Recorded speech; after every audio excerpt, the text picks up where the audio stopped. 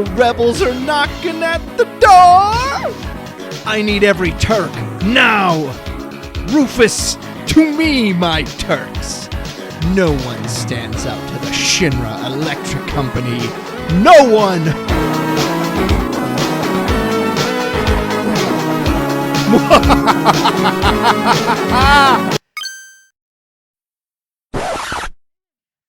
You've got to be fucking kidding me.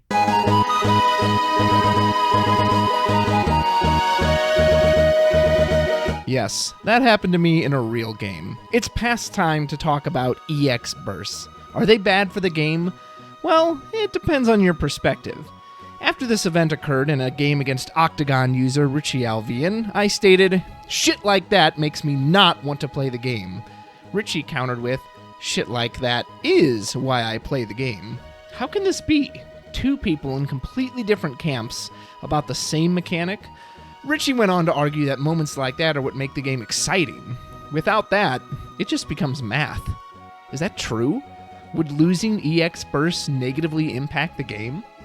Would it take away some much-needed excitement and energy? Let's delve deep. I'm first going to list all the things I like about EX bursts as a mechanic.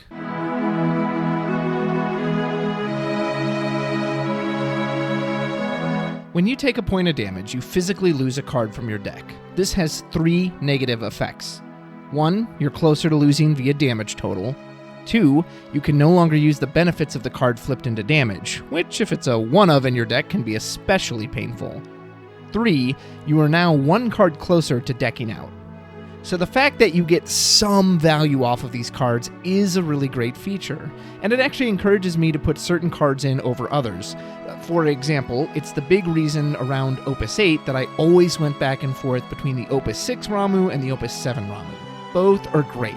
The 6 is way more flexible and it gives you more versatility, but 7 has the EX burst, which has won me countless matches on its own. It's also undeniable that they add excitement and unpredictability into the game. Referring to my starting example, if EX bursts don't exist, there's no reason to play that game out. I summon Rufus, I bring the Turks out, and I attack with everyone. GG! Victory is mine. There is no room for any other outcome there. But is that a bad thing?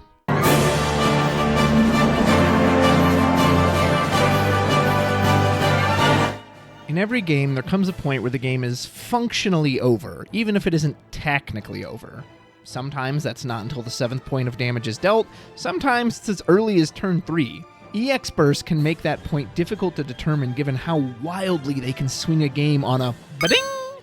I pose the question, is it a bad thing that you can win, quote-unquote, on the maths? In the Turks example, I'm playing for the damage 5 Rufus trigger. I keep the card in hand, I delay to that point to do my game-winning play. Should I not be rewarded for that? I mean, it was hardly a guarantee. I had to strategically take damage, load up the break zone, make sure I have enough backups to be able to pay the absurd 10 CP combined cost. These are all decisions I chose to make. My opponent got to make decisions as well. They chose to put me to 5 damage. They chose their own attacks and defenses. My opponent emptied their hand to go for their plays. They chose to not have any resources or tricks. Is Rufus and the Turks not the proper outcome of the way this game panned out?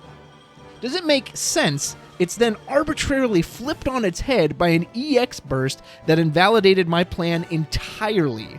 Sure, it's unexpected, but does that mean it's good?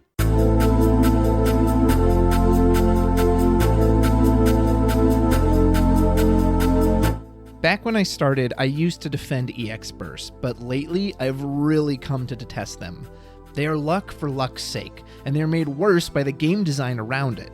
First off, neither player knows when an EX is coming. Unless you've stacked a card specifically on top of your deck, it's up in the air entirely. I've lost tournament-deciding games playing a deck with 29 EX bursts and not hitting a single one. On the reverse, I've claimed 5 EX bursts in decks that only run around 8. So unless you know your opponent's deck by heart and have counted that every single possible EX is gone, you and your opponent have no clue if you'll hit a burst when you attack.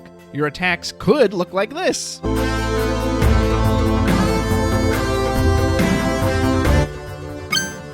Ugh, no. Oh, wait. What does that do? Oh. Okay, yeah, whatever. Or they could look like this.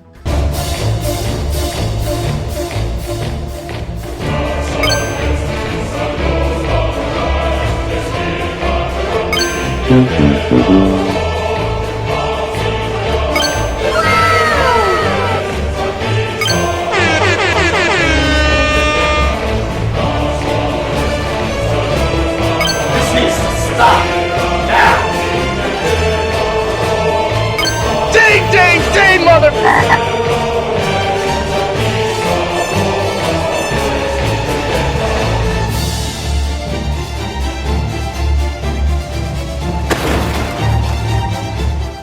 The EX themselves are absurdly random in their effects. Some bursts are very specific to even activate. Some are entirely meaningless. Those same meaningless bursts can sometimes be useful if it's the right situation. Some bursts are back-breaking. Tyro lets you get the best forward from your deck. Star Sibyl allows you to go claim a board-clearing Shantoto. Some don't change the outcome of the game at all. So not only is it random when or if they will even show up, the burst effects are all over the place. Any other burst in that deck shows up in the Turks matchup besides Kayn, and it does nothing. GG, I win, bye-bye. But Kayn says, hey, that's pretty good. I've heard the argument that, well, just don't attack. But this argument makes no sense.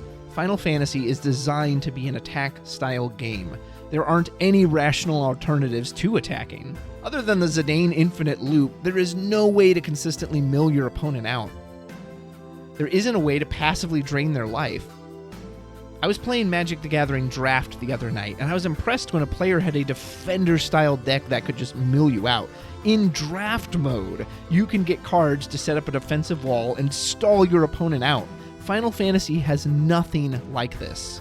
Even the late-game control decks have to hit you for 7 points eventually. And poor aggro decks, I mean, what else are they supposed to do but attack? Look, I don't enjoy getting socked in the face 3 times before I've gotten my backups nice and comfy. But is it fair that the aggro player can lose the game because I lucked into a key EX burst? Is that fun? More importantly, who is that fun for?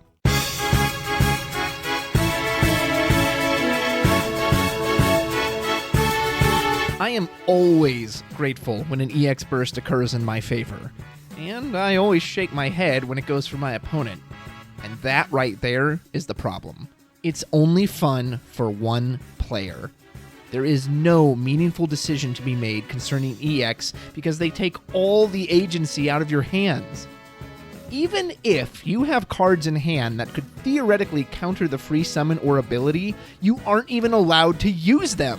The burst doesn't use the stack, and yet it still chews through protection effects like Alua and Fell Thanos. So not only does Alua not block the burst, but I lose the bubble as well? Perhaps there are players out there who run themselves into a Tyro burst and think, golly, what an unexpected development.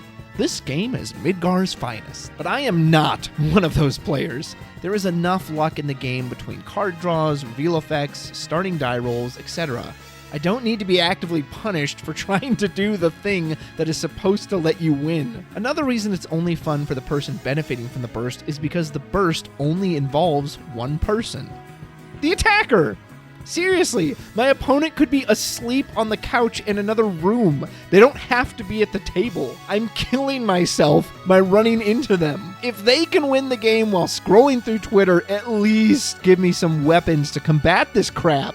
There are only 2 cards in the game that outright stop EX bursts. Opus 12 Shadow Lord and Opus 1 X Death. Arborist Simulacrum has a worse EX death effect and only prevents 2 or less triggers, and Opus 5 Wool only stops targeted bursts. He won't stop your opponent from searching out the board wipe, drawing a card, or reactivating their board. Shadow Lord and X Death are hardly foolproof. They only get 1 attack. If you are lucky, they might prevent a trigger, but otherwise the attack they don't make can be the burst anyway. If they aren't going to remove burst from the game, please give me some cards that can stop them in a meaningful way.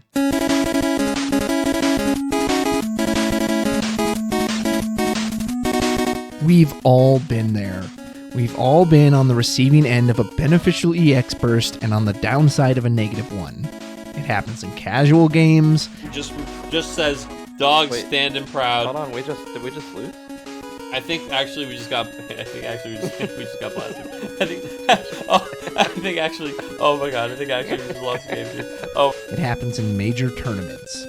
The problem is, if he does not have an answer to keep Nidhogg down this turn and the next turn. Oh, he's going to go ahead and bring the Genesis in. Dull Freeze. If he has a Chaos Walker, that could slow it down one more turn. Oh my god, he flips over a Chaos Walker on the damage zone.